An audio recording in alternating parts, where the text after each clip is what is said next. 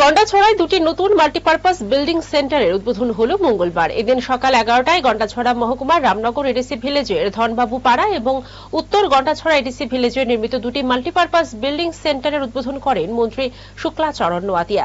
PM জনমঞ্চ স্কিমের অধীনে Gandacherra RD division কর্তৃক বাস্তবায়িত এই প্রকল্পে উদ্বোধন অনুষ্ঠানে মন্ত্রী ফলক উন্মোচন করলেন।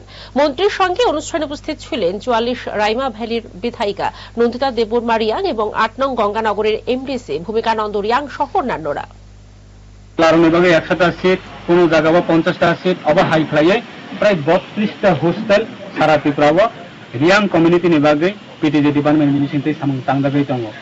आबर अक्सिने सानानै थांगा गोबां आइटेम दङ। सो आबनि बागै आं बेलायखाना सिने कान्ट्रिनि एकेबारे सिने